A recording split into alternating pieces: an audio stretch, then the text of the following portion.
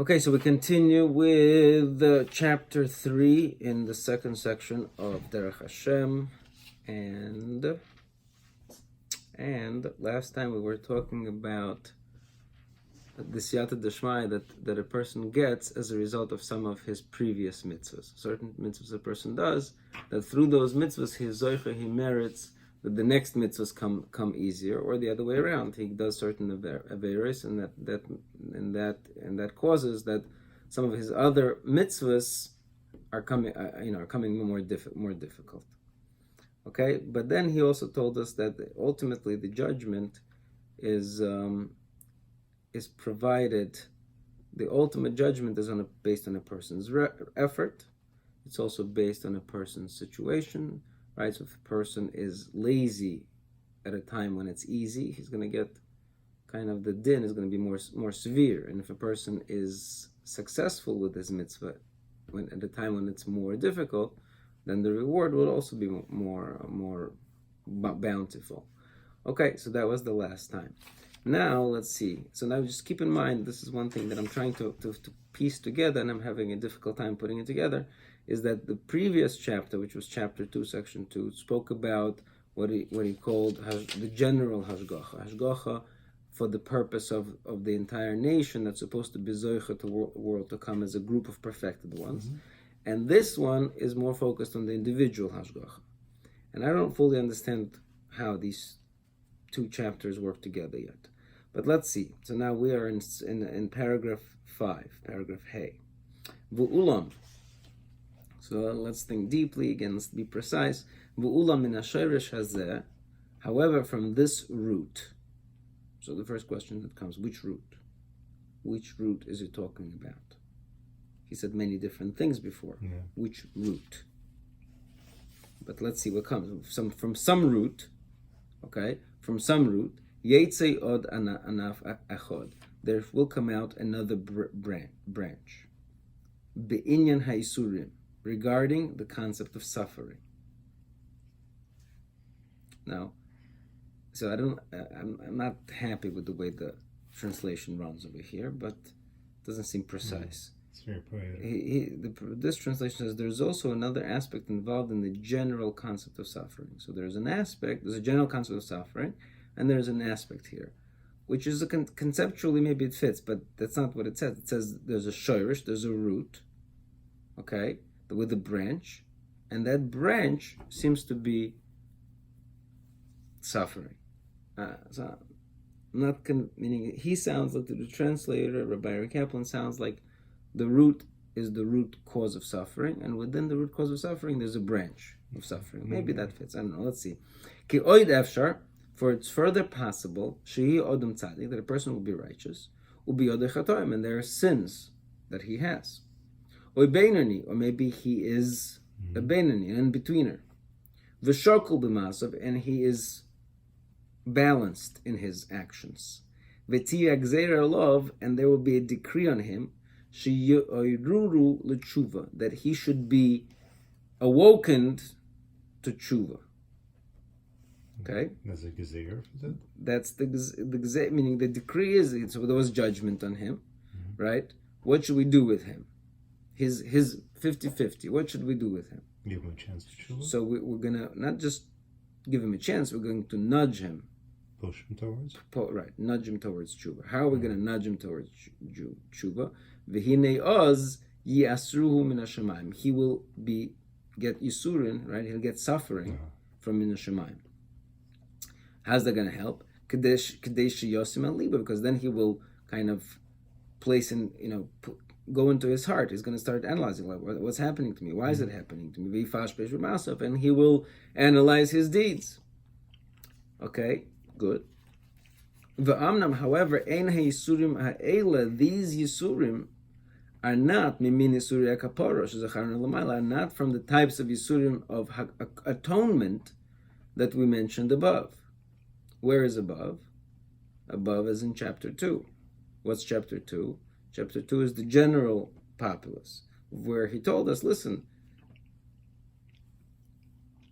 there are people that, there are people who are going to have they're going to be tzaddikim and they're going to be rashaim. And he told us that tzaddikim are the ones who are going to be basically, they're mostly good, and they have some elements that are not so good.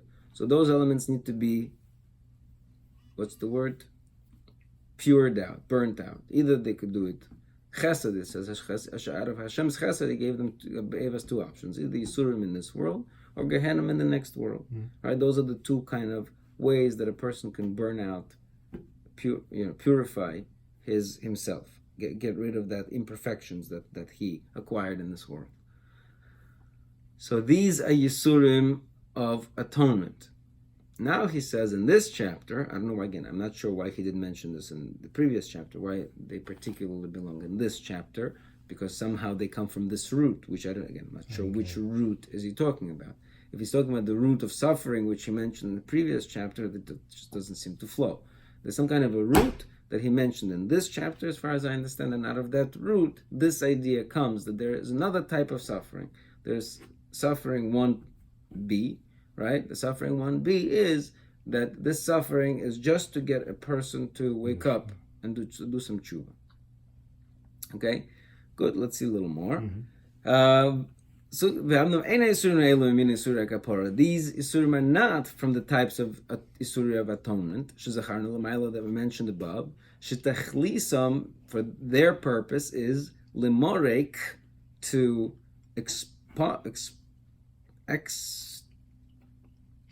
extirpate. Is that a word? Extirpate. Ha'avoynes b'olam hazeh, the sins of this world. Okay? Aval isurim eli isurim ha'arahem. These are only isurim of awakenedness. Lehayer halev l'tshuva, to stir the heart to tshuva. Ki ulam le'nivru hanoshim, for of course the punishments were not created ela beheder tshuva, but only in absence of tshuva.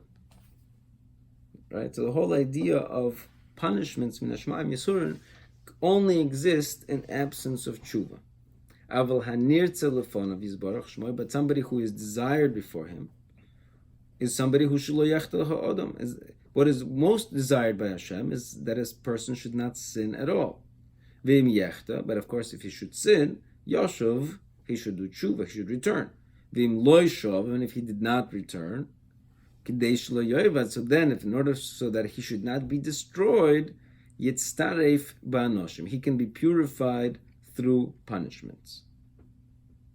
Right? V'al ken yavoyu tchila isurin laha'ora, so therefore first Yisurim come laha'ora, to awake a person. V'im lo yisor hodem b'hem, so then if a person is not awoken by these Yisurim, oz yisyaser b'Yisuri hameruk, then he will be caused to suffer the suffering of atonement. Okay? And this is what the Elihu tells Eov, Vayigel oznom lemusar, and he opened their ear to musar, meaning to I don't know how to say to musar, to discipline. Okay? Vayomer ki yoshuvan me'oven, and he told them, meaning he instructed them, he directed them to return from sin. Okay? So that's what the pasuk is saying, is he opened their ear to musar. What does it mean he opened their ear to musar? Right. So there's a way that Hashem sometimes nudges a person to open up to what is right and what is wrong. So, and I guess the way he could do that, I mean, so I'm not sure. Well, he could do it some other ways without Yisurim. I could have a fortune cookie that I open up that maybe tells me what to do, what not to do. I mean, that's much nicer than Yisurim. Make it stick a little better. Right, but if you're nudging me anyways, I mean, I could go, I could pass by a Beis Medrash, and there can be a screaming rabbi who can direct me, or I can turn on the radio station, and some song will be playing. I mean, there are... Yeah. So, okay, so, but probably right, that Yisurim penetrate a little with a little more force. And it sounds like you still have to earn those Yisurim. It's a gift. Right. Well, all Isurim, it seems that are a gift, because it says Mechesed Elyon. It says the lofty Chesed decree that this is a purification process. You can go through this purification process. Otherwise, you'd have to be discarded. So in order not to be discarded, you can go through the process. But these, of course, are even more of a gift, because these are just nudge you. These are simply Isuri light. Right, before you fall. Before you fall. Right. So now, what I'm not understanding. So why is this in this chapter? Why didn't this talk about Isur in the last chapter? It's the same idea. The same idea is that the purpose of Yisurin is whatever minority of imperfections you have, we got to get rid of them before you can join the community of the perfected ones, right? Ultimately, only the community of the perfected ones will exist. And there are ways to get to the perfected stage. So these are some of them, right? When you think of an Isser really applies on an individual level. I mean, people suffer, everyone suffers in their own way, and everyone. And over there also, he's saying how the point of that chapter was telling us how each individual is going to join the community of the perfected ones. Right, that the cleansing process before. Right. So this is one of the ways. Why did he?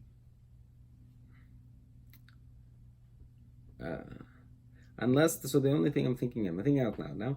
I'm thinking the only thing is that over there he's talking about the general, like he says, the general concept of Yisurin apply equally to everybody. Meaning, if you have any imperfections, which is pretty much everybody, Yisurin is one of the ways that we're going to clean it up. Okay? Now, but not everybody may be zoicha to this Yisurin. So these Yisurim may be individualistic. They may apply maybe to specifically a Beinani, which I don't remember a Beinani appearing on the stage that before. All of a sudden over here we have a Beinani, somebody who's really in limbo. He's like 50-50. We're gonna first tilt him over to tshuva. To give him a chance to balance back. Right, so that's probably why it's here. This is more like an individualistic Yisur. So now, what is the Shorish? I still don't think that it's the general concept of Yisurin. I think the Shorish is this Shorish of... not the individual din?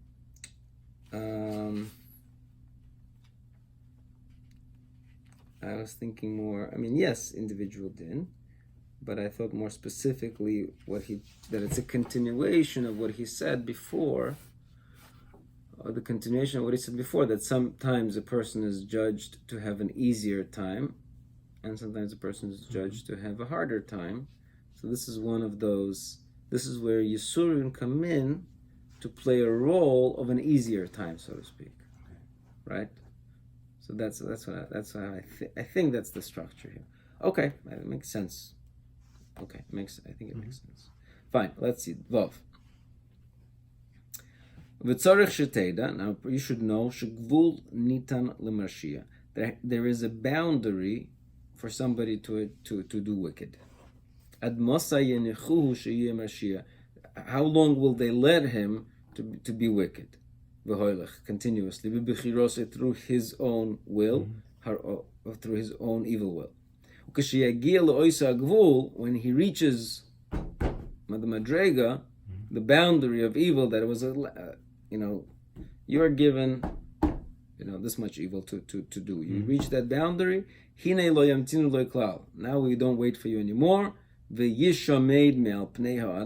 he is destroyed from the face of the earth. Okay? That's what our sages in the Gemara call milui haso. You fulfilled the so, this type of a measure called the so. You fulfilled your measure, right? Milui haso. For example, so we have this week's parsha. We have Sdoim. That's where it really comes up in Sdoim. Sdoim reached the milui haso and was destroyed. The younger city, right, where Lot escaped, did not reach the milui haso, so therefore it still wasn't destroyed. Okay, so there was a limit to how much destructiveness Sdoim was given permission to destroy. Now,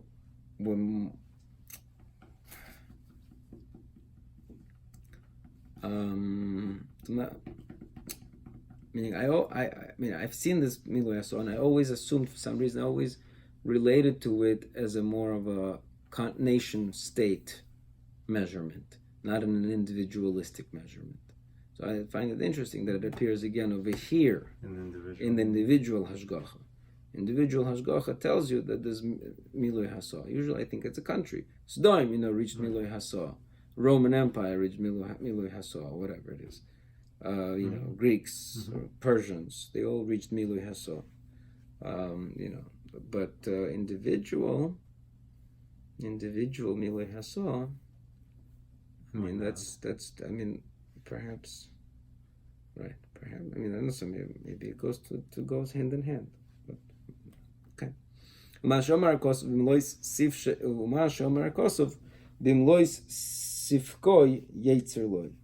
When he fulfilled his sifkoi, like his measure, yetzer loy, he will have suffering. Vehine adazman hahu. Now, until that time, it's possible that he will continue having success, as from the reason that we mentioned before, because one of the ways sometimes a person's is so it's success in his wickedness. This that he has success in his wickedness, it's because Hashem is allowing him to fall. They opened the path of destruction for him, right? Because we said before that just like they could help a person have an easier time doing mitzvahs, sometimes a person is given help and actually achieve the averis. So if this that he had success before is because he was on the path where the evil was causing him more evil and he was floating along. Now that he reached his measure, goodbye. This is what our sages say. If somebody is coming to be mitame himself, we open up for him. But when he reaches the boundary, the limit that was set for him, he already reached that destruction, and he is destroyed. The anger of Hashem will ignite, and catastrophe will fall upon him, through which he will be destroyed. Okay, let's see if we could do. Well, it's pretty late, but let's just start. We're not going to do the whole Zion because that's a kind of a longer one. Okay, but let's see. Another thing that you need to know: the uppermost, the loftymost hashgacha, b'chol prat me'aprotim, in every single detail, mashgachas al kol hanikshar boy min hakoydim min hacharon. It also analyzes all that is connected to it from that preceded it and that came after it. Okay, so every detail in the hashgacha is analyzed in things that are related, connected to it. Okay, v'soif dover, and at the end of it, mashgachas be'hashgachas al kol prat, on every detail, al kol haklal kuloi, as it relates to the entire thing. Mitzat kol mash misyachasim kol hachalokim, in every way that all of the parts are intertwined. Im kol chelak, with each other part, livinyono shel haklal, as it's related to the general edifice. Okay, I'm not sure why this introduction he needed, but let's see. What does he mean by that? Umashi yushkov bedinoi shel ish miha-ishim. So what is kind of observed when a person is judged, an individual person is judged, is hu madregosoi, is his madrega, umatzovoi b'mashi kodmaloi, and his status in what preceded him, meaning the hainu ha'oves. These are the fathers, right? So an individual person is not only judged as he is individualistically, he's judged based on the position that he holds in society, meaning his fathers, and what is going to come after him, the hainu habonim, also his children, and whoever is with him, the hainu bnei hadar, meaning his community, his generation, or bnei ha'ir, the people of his city, or bnei ha'chevra, meaning his friends. And after all of this contemplation and analysis, Yigozer alov achelik ba'avoida. Then a person will be decreed upon him his portion within the service. Ubanisoyan, from the challenges shezachar l'mayla. Okay, so now he's saying he's not addressing the judgment of reward and punishment. He's addressing the judgment of what's going to be my contribution to society, to the avodas Hashem. What is my chelik in the avodah? What is my challenge? And that depends on who I am, who my parents are, who my kids are, who my friends are. Because this is my community. So my community, this guy has his challenges. This guy has his challenges. I have my challenges, because we're not the same people. So we kind of push. As I said, we all influence each other. Right. And so we push each other up in certain instances, and maybe we push each other down in other instances. And so therefore, depending on how we kind of elbowed each other, we each have our own mix of challenges, right, and etc. Right. So this is specifically talking about that Hashem analyzes this individual hashgacha of each individual prat as it relates to the entire edifice. So therefore, so Hashem looks at this neshama, let's say, my neshama, and he says, okay, let me see. So he's going to come in this generation, right? And his parents are going to be like this, his kids are going to be like this, his friends are going to be like this, his shul is going to be like this, his city is going to be like this, right? So what is going to be his nisayon in life? So he's going to have a list of nisayonos that fit my place in the general scheme of things. Okay.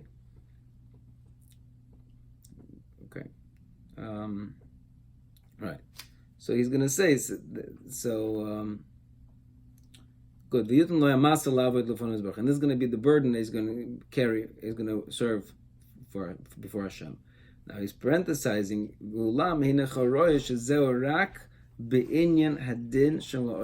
this is only within the judgment of this world. This is what I said, he's going to get the portion of his service. What state is he going to be in this world? For